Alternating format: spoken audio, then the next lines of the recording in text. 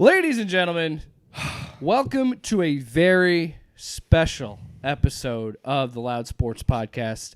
And you're probably wondering, Jake, why is it so special as I'm wearing this Tampa Bay Lightning shirt and hat? You're probably asking yourselves, why is it so special? I'll tell you why. Sagan shoots wide left, 15 seconds left. Rebound Radulov behind the net. Right circle Heiskanen, right point Klingberg shoots. Blocked! It's out of the zone! It's in the neutral zone! 8 seconds left! Barkley Goodrow after it! Shoots wide, right in the open net! Time ticks down! The Lightning win the Stanley Cup! They have reached the top of the mountain! They are the Stanley Cup champs! Every time I get chills, man. All I can say is, Wow. what a job. What a job. These guys. What a job. What a job. That's all Fantastic. I can say. A job by Vasilevsky, too, in his last game. Vasi is a good point there. I don't remember your name. I know Dave Minchin was the play-by-play guy there for Lightning Radio. Wow, I don't even. It's still kind of shocking. 24 hours later, almost 24 hours later, Tampa Bay Lightning win the Stanley Cup. I've been following hockey for, I would say, probably 8 or 9 years now.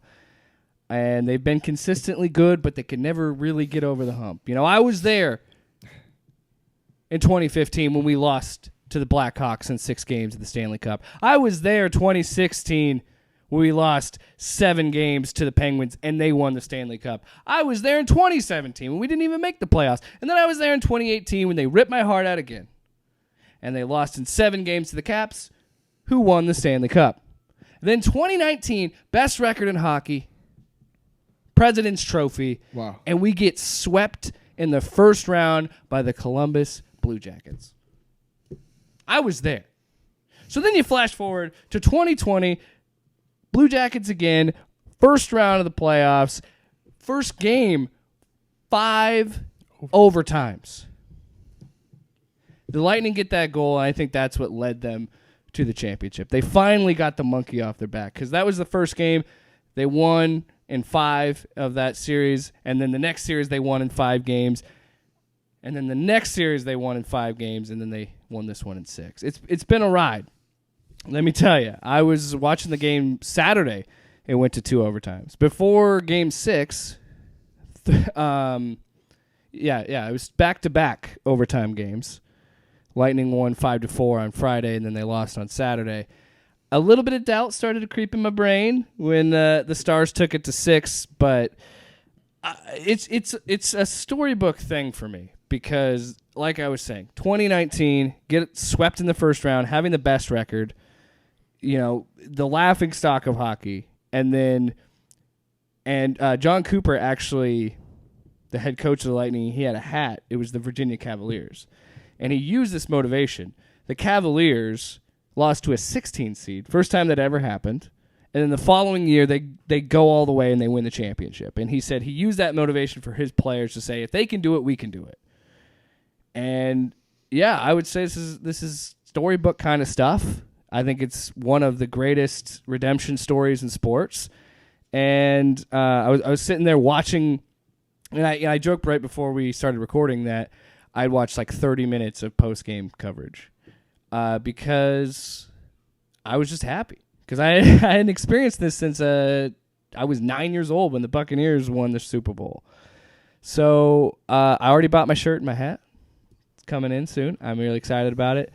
I also would like to say I'm the first host on this show to have a championship team, so that's pretty exciting. I told that to Paul. He smugly said, well, that's the only chance you got because Tom Brady isn't good. They spent all this money on Tom Brady to win a division game, and I'm like, oh, okay. Don't believe that. And who knows what can happen with the Rays. They've had a great run. I've been so close. I've been so close. I mean, yeah, 2011 was the last time you experienced one, right? With the Cardinals? Cardinals in 2011, the Heat in 12 and 13. Yeah, Nothing since then, though. It's not as long of a drought as me. No, but I'm saying. And then you got Tyler.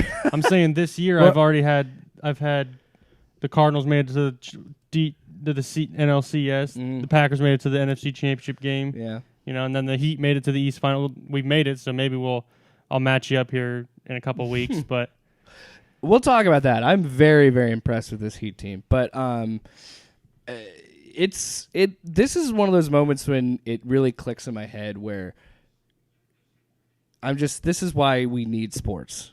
This is why this is a big deal for me, because so many bad things have happened in this year for everybody.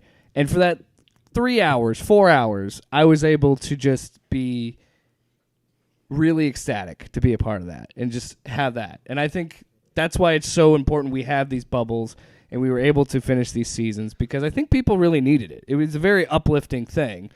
And, yeah, congratulations. Before I end this segment, I know a lot of our listeners probably aren't hockey people, but I do want to leave with some of these.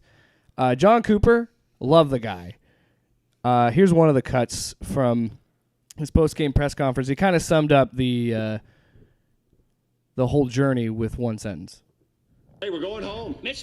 Oh, no, not that one. Wrong clip. It's this one. We ended up taking, basically we went from the outhouse to the penthouse. Went from laughingstock to champion, and then he has this beautiful way to end the press conference.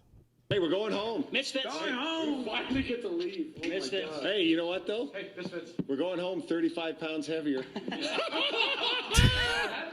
And yes, I have that on standby. That's good. Yes. Yeah, I love this team. Go Bolts. Can't wait for the next one.